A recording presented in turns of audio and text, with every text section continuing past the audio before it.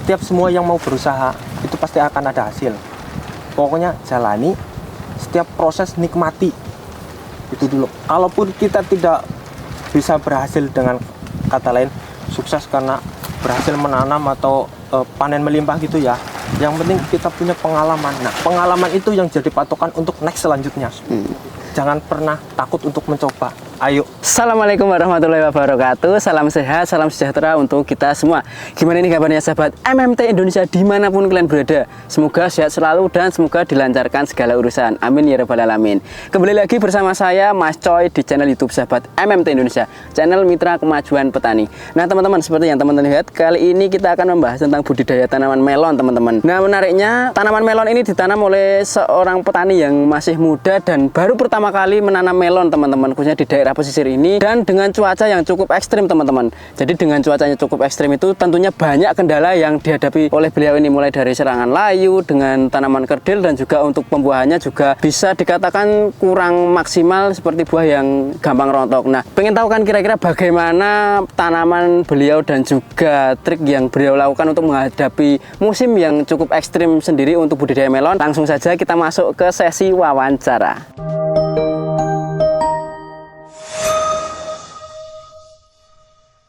Baik sahabat MMT Indonesia dimanapun kalian berada, seperti yang sudah saya jelaskan di awal tadi, kali ini kita akan membahas tentang budidaya tanaman melon di tengah cuaca yang cukup ekstrim dan terutama di daerah pesisir pantai. Dan berhubung di samping saya sudah ada sang pemilik lahan, monggo Mas bisa perkenalan diri dulu. Oh ya, semuanya, perkenalkan, nama saya Doni, alamat Tambak Mulia, Puring, Kabupaten Kebumen tentunya. Berarti kali ini kita bersama, panggilannya siapa Mas? Panggilannya Doni. Mas Doni. Nah teman-teman, kali ini kita sedang bersama Mas Doni di Tambak Mulia, Puring, Kebumen ya Mas ya. Ya. Dan kalau saya lihat ini memang udah pesisir pantai banget ya Mas ya. Udah mentok. Udah mentok. Pantai, ya. Dan kalau untuk budidaya melon Mas, ini mungkin untuk awalan. Untuk budidaya melon sendiri jenengan udah sering melakukan atau gimana Mas? Untuk melon sendiri ini jujur saja kali pertama saya mencoba tantangan baru. Tapi sebelumnya emang udah berkecimpung di dunia pertanian Mas? Kalau sebelumnya, ya. Sebelumnya saya sudah berkecimpung di dunia pertanian dari tahun 2020-an lah. Dan mungkin untuk varietasnya ini apa Mas? Ini Amanda. Amanda. Ya. Dan untuk populasi Mas? Populasi 2.100 pohon. 2.100 pohon. Dan untuk saat ini udah usia berapa Mas ini kalau boleh tahu? Usia 50 HST. Usia 50 HST. Dan untuk musimnya kalau boleh tahu sini gimana Mas? Ini kemarin waktu awal tanam itu benar-benar musim bisa dibilang ekstrim. Hujan, angin, dan ya banyak genangan lah. Walaupun ini di pesisir, tapi emang kalau hujan angin tanahnya juga jadi kayak asem-aseman gitulah. Untuk pertumbuhan kurang maksimal. Jadi untuk musimnya sendiri cukup sulit ya Mas di sini, cukup ekstrim ya. Iya. Terus untuk pupuk dasar ini Mas, untuk pupuk dasar yang jenengan gunakan ini apa aja sih Mas? Ini jadi pupuk dasar pun saya juga ya bisa dibilang coba-coba. Jadi lahan sekitar 120 binang. Jadi yang setengahnya kita pakai pupuk dasar kohe ayam dan juga Ponska subsidi. Yang sebelahnya setengahnya lagi kita cuma pakai Ponska subsidi saja. Jadi teman-teman, mungkin kalau teman-teman lihat ini di lahan melon milik Mas Doni ini seperti ada kayak dua perbedaan gitu ya Mas? Ya. Karena lahannya itu samping kanan kiri, jadi Mas Doni juga menerapkan di pupuk dasar juga menerapkan dua metode yang berbeda ya Mas ya di pupuk dasar. Dan tadi ada dua perbedaan di pupuk dasar Mas. Itu kalau boleh tahu alasan jenengan mungkin Mas melakukan dua perbedaan itu? Nah, untuk alasannya, iya. Jadi kita kenapa kok saya mau kalau bisa dibilang ini eksperimen ya, iya. Coba-coba itu ya karena di ilmu pertanian kan nggak ada yang pasti. Nah kita pertama nanam, kita pengen tahu bagaimana sih kalau pakai kohe, bagaimana kalau tidak, hasilnya seperti apa. Nah next selanjutnya, jadi kalau mau nanam lagi kita akan pakai yang terbaik. Wah, tuh cocok sekali nih teman-teman ya. Jadi Mas Doni ini tadi juga karena ilmu pertanian itu tidak ada yang pasti ya Mas. Yeah. Nah makanya coba-coba untuk di penggunaan pupuk dasar itu biar kita tahu mana hasilnya yang ibaratnya lebih terbaik ya, Iya. dan nanti bisa diterapkan di selanjutnya gitu ya Mas Doni. Dan kalau untuk kemarin untuk lahan yang jenengan garap ini habis berapa Mas untuk pupukan dasar? Mungkin yang kohe ayam dulu Mas. Kalau kohe ayam, ini kan harga kohe satu karungnya itu sekitar 9.000. Nah, karena kita pakai cuma setengah lahan yang pakai kohe, kita pakaiin 40 karung, ya 40 kali 9.000, sekitar 360 ribuan. Itu untuk kohenya dan Kohenya, untuk polskanya kita pakai 100 kilo. Jadi 50 kilo, 50 kilo. Oh, dan saya tertarik Mas, kalau untuk hasilnya nih Mas, untuk yang menggunakan Ponska subsidi tok dan juga ada kohe dan Ponska subsidi, hasilnya menurut jenengan gimana Mas? Nih. Di pertumbuhan mungkin Ya, Mas? kalau awal pertumbuhan, jadi yang lebih cepat gitu ya, menyerapnya itu yang pakai kohe, pertumbuhannya lebih cepat, lebih bagus ya. Yang tidak pakai kohe itu rada kayak lebih apa ya, kalau di sini bahasanya popor gitu loh, lebih gemuk gitu. Tapi untuk daunnya lebih bagus yang tidak pakai kohe. Terus kalau untuk perawatan Mas, kalau untuk perawatan di tanaman melon, ini untuk pupuk susulan mungkin Mas? Pupuk susulan, kita pakai pupuk susulan yang kimia ya. Kalau kimia kita usia sekitar 7-8 HST, kita kocor pakai NPK 15. Kalau untuk kemarin pas di awal pertumbuhan, karena tadi kan jenengan juga mengatakan musimnya cukup ekstrim, itu apakah ada kendala mungkin Mas? Nah, mungkin tetap ada kendala ya Mas ya mungkin ya? Iya. Nah itu kendalanya gimana Mas? Kalau Kendala setelah tanam di usia 3 HST itu ada 1-2 yang terkena layu. Ya mungkin jamur, karena memang ya, kita apalagi yang pakai kohe itu lebih banyak jamurnya karena apa? Itu tidak fermentasi juga sih kita. Jadi langsung itu lahan jadi seminggu langsung kita tanam. Itu untuk penanggulannya terus gimana Mas itu pas umur 3 HST itu? 3 HST kita pakai Biosigma, Trichoderma. Aplikasinya gimana Mas itu? Kita kocor. Itu untuk sampai yang untuk 2100 populasi ini menggunakan dosis berapa Mas? Kita 500 gram. Iya, sekali kocor. Sekali kocor ya? Sekali kocor. Dan itu untuk larutan airnya Mas? Larutan airnya jadi kita pakai sekitar 200 liter. 200 liter. Iya. Dan itu menurut jenengan gimana Mas? Setelah mengaplikasikan Trichoderma Biosigma itu, layunya gimana Mas? Yaitu Biosigma, yang Trichoderma Biosigma itu ya, ya bisa jadi itu menolong lah. Karena awal-awal itu layunya itu cukup 12 ya, kalau dihitung bisa 100 lebih. Setelah dikocor, alhamdulillah emang jodohnya cocok. Nah, sembuh sampai sekarang alhamdulillah. Ya bisa dilihat lah. Iya. Dan mungkin untuk pupuk ataupun nutrisi lain Mas, mungkin Mas? Oh, nutrisi ya, nutrisi lain. Umur 7 HST ya bareng lah, setelah dikocor itu saya masuk nutrisi itu Modern Vol ya. Jadi kita spray untuk rollingan dari yang mungkin ada insek sama fungi. Itu pokoknya kita spray rolling 2 hari sekali. Berarti pas untuk perawatan punya penambahan nutrisi itu dimasukkan Modern ya Mas ya? Ya. Itu dengan dosis berapa Mas? Modern kita dosis berarti orang 2 tutup ya. Untuk Sekitar satu tank. 1 tank gitu. Dan itu menurut jenengan yang dirasakan dengan Modern itu gimana Mas di tanaman menol sendiri Mas? Nah, ini menarik lagi ya. Jadi kita punya lahan kan ya emang satu lahan tapi kita pisah. Ada selatan. Jadi ada pembandingnya gitu Mas ya? Bisa Kita dibandingkan. coba lagi. Oke, dibandingkan lagi Mas ya? Eksperimen. Yang pakai kohe kita semprot Modern Vol ya. Yang nggak pakai kita tidak aplikasikan. Setelah 2 kali spray, ternyata yang pakai nutrisi Modern Vol ini pertumbuhan dan juga daunnya itu sangat baik. Sedangkan yang tidak pakai ya biasa, tapi perbandingannya terlalu signifikan.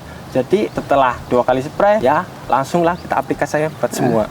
Oh, jadi menarik teman-teman. Jadi untuk penggunaan Modern Vol sendiri, Mas Doni, karena emang di sini lahannya itu seperti ada 2 gitu nggak Mas? Ya, yang terpisah. Ada terpisah gitu. Itu beliau ini menerapkan 2 perlakuan ya Mas ya. Ya. Jadi yang ada kohenya itu disemprot Modern Vol, Ya. dan yang tanpa kohe itu tanpa disemprot Modern Vol. Nah, ternyata yang disemprot Modern Vol itu menunjukkan pertumbuhan yang cukup baik, cukup signifikan gitu nggih Mas.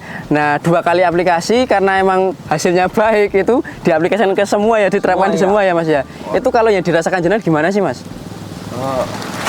Untuk Modern Fall itu. jadi setelah kita spray Modern Fall ya, itu dari yang awalnya tuh pertumbuhan saat di cuaca ekstrim itu kayak yang mau kayak lambat gitu. Pertumbuhannya lambat gitu Mas. Iya, pertumbuhan lambat mungkin karena ada asam-asaman atau penyerapan nutrisi yang kurang maksimal atau pupuk banyak tapi mengangkutnya lama gitu lah ya. Ya, kita pas udah dikasih Modern Fall itu kayak tanaman ini jadi penyerapannya mungkin maksimal, jadi pertumbuhannya juga sangat bagus gitu. Dan kalau untuk kendala mungkin Mas di pertumbuhan lagi nih Mas, karena saya tertariknya itu kan ini cuacanya cukup ekstrim gitu nggih. Ya, itu kemarin kendala lain mungkin ada yang dihadapi nggak Mas kemarin Mas? Kendala ya sekitar usia 30 HST. Itu kita kendala lagi itu ada gejala keriting daun Mas. Jadi si pucuk itu pupus ya. Kalau kita bilang itu pupus, boleh ada gejala daunnya kaku, terus rada kisut-kisut kan keriting ya. Dan ya di usia 30 HST itulah sekalian mau pruning pemilihan cabang mana yang mau kita pelihara. Oh, jadi teman-teman karena emang di cuaca ekstrim untuk di usia 30 kurang lebih 30 HST itu Mas Doni mengalami kendala daunnya keriting gitu Mas. Ya. Pucuknya itu nggih. Ya, udah ada gejala keriting juga dan itu menanggulanginya gimana Mas itu Mas? Nah, kita langsung pakai Vitaron. Kita aplikasikan Vitaron itu 2 hari sekali dengan dosis, karena menurut saya mungkin sudah rada terlambat, jadi kita pakainya langsung dosis rada tinggi. Jadi biasanya yang pakai 2 tutup kita langsung pakai 3 tutup. Itu gimana Mas yang dirasakan Mas? Nah, setelah kita aplikasikan Vitaron itu alhamdulillah ini juga percobaan lagi sama. Tapi kali ini beda. Kan kasihan ya yang pakai Kohe kita aplikasikan terlebih dahulu terus. Nah, untuk Vitaron ini kita malah beda. Yang tidak pakai Kohe kita aplikasikan dulu. Jadi biar tidak merasa dianaktirikan. Dan ini Mas untuk pengendalian mungkin dari hama dan juga penyakit Mas. Untuk itu untuk insek dan fungi berarti Mas. Ini untuk insek dan fungi yang dimasukkan apa aja Mas? Mungkin dari insek dulu Mas. Insek ya. Kita insek itu hamanya luar biasa ya. Karena emang mungkin faktor cuaca. Dari kutu kebul, terus ulat otomatis ulat, hujan panas ulat ya. Kalau untuk insek kita pengendalian ulat, pokoknya ulat ya gitu ya, kita pakai Endur. Untuk sama sih kalau kayak insek, tapi untuk daun kita juga sebenarnya pakai itu kita pakai Agrimek. Nah, untuk kebul sendiri kita pakai Avidor. Untuk kebul menggunakan Avidor. Iya. Dan untuk insektisida lain mungkin Mas, itu ada yang dimasukkan nggak Mas? Atau hanya 3 itu? Ya 4 sebenarnya. 4. Kita pakai Vampir. Juga itu ulat untuk rollingannya si Endur. Terus untuk pengendalian insektisida sendiri berapa hari sekali Mas? Kita rolling intinya insek dan fungi kita rolling 2 hari sekali. Terkadang sekarang semprot, besok tidak, besok semprot, terus tidak semprot. Dan juga kita pakai metode juga pengen variasi yang baru gitu. Semprot tidak. Terus gimana Mas? Semprot tidak itu terus hasilnya gimana Mas? Ternyata lebih maksimal yang kalau untuk pengendalian ulat ya, itu lebih maksimal yang 2 hari semprot terus 2 hari tidak. Itu lebih maksimal. Tapi untuk fungi lebih maksimal yang semprot tidak itu. Ya, itu karena emang dari Mas Doni sendiri baru pertama kali nanam melon ya Mas. Iya. Itu sampai saat ini jadi pengen bereksperimen kira-kira yang menggali ilmu sebanyak mungkin. Mumpung ini baru pertama. Terus kalau untuk funginya jenengan menggunakan apa aja Mas yang dimasukkan? Fungi kita pakai Antrakol, Karbiotop, dan yang terakhir berarti Victory. Ya. Dan kemarin yang dialami mungkin kendala di serangan jamur yang dialami apa aja Mas di tanaman itu? Bercak daun luar biasa. Bercak daun luar biasa Mas. Daun luar biasa. Kita rolling pakai itu Carbiotop sama Victory. Ya kalau Antrakol itu masuk udah musim udah jarang-jarang hujan lah. Karena ya mungkin kandungannya sendiri Antrakol ada zinc-nya. Terus ini masuk ke pembuahan mungkin Mas. Nah untuk pembuahan ini satu pohon itu dibuahkan berapa Mas? Ini satu pohon kita pelihara 2 cabang. Niat hati setiap cabang kita pelihara satu buah. Satu-satu ya. Tapi ya tergantung lagi dari alam juga kan mungkin ada seleksi alam sendiri. Ada yang berhasil buah 2, ada yang hanya 1. Ya, pokoknya kita maksimal mungkin kalau emang yang terbaik 1 bisa besar ya 1. Kalaupun ternyata dikasih 2 ya alhamdulillah. Cuma awal-awal pembuahan itu kita juga sebenarnya ada masalah Mas. Apa masalah Mas? Jadi buahnya itu ambrol gitu loh. Dan kita masuk pakai kalinet. Kita masukin kalinet itu baru pembuahannya itu maksimal lah. Jadi setiap ruas buahnya itu bisa nyantel. Oh, jadi teman-teman untuk melon milik Mas Doni sendiri kemarin pas fase pembuahan sempat mengalami kendala ya Mas ya? Iya. Buahnya itu pada ambrol gitu nggak Mas? Iya, ya? jadi Tidak kuning, ambrol. ambrol. Kalau enggak itu kayak geseng gitu. Gosong gitu nggak? Gosong, ya. Dan itu jenengan memasukkan kalinet Mas itu. Iya. Dengan dosis berapa Mas itu Mas? Kalinet kita 4 tutup. 4 tutup Mas Mas ya. Dan itu berapa hari sekali Mas rollingan Mas? Kita pakai 5 hari sekali. 5 hari sekali. Dan yang jenengan rasakan gimana Mas kira-kira setelah aplikasi kalinet itu? Ya, sebelum aplikasi itu kan pokoknya dari bunga dan buah itu ambrol-ambrol mulu ya. Tapi setelah kita aplikasi itu memang tiap ruas benar-benar nyantol gitu loh. Itu bagus, sangat bagus gitu. Dan untuk sampai saat ini Mas, yang jenengan kan notabene baru pertama kali tanam melon dan untuk sampai saat ini di cuaca ekstrim itu dengan hasil yang sekarang ini gimana Mas? Ya karena ekspektasi saya itu tidak terlalu tinggi ya. Ini apalagi ini tanam pertama. Yang saya harapkan itu cuma yang penting tanam bisa bagus. Perkara nanti harga itu bonus. Yang penting saya pengen tanaman bagus, apalagi ini di pinggir jalan. Nah, karena di pinggir jalan otomatis setiap yang lewat pasti pengen lihat. Nah, pokoknya gimana caranya tanam melon bagus dulu. Ya sampai saat ini ya alhamdulillah untuk dari target saya sudah termasuk puas lah. Dan untuk menurut jenengan Mas, dengan penggunaan nutrisi di tanaman melon itu menurut jenengan seberapa penting sih Mas? Untuk teman-teman atau sahabat petani-petani, apalagi yang petani-petani muda, cobalah. Kalau untuk saat ini ya, ternyata saya sendiri yang saya rasakan sebelum saya tanam, apalagi ini udah langsung di lahan kita coba kasih nutrisi sama tidak. Jadi 2 kali kasih yang tidak itu perbedaan udah jelas. Kalau pakai nutrisi itu emang lebih baik, udah pasti lebih baik.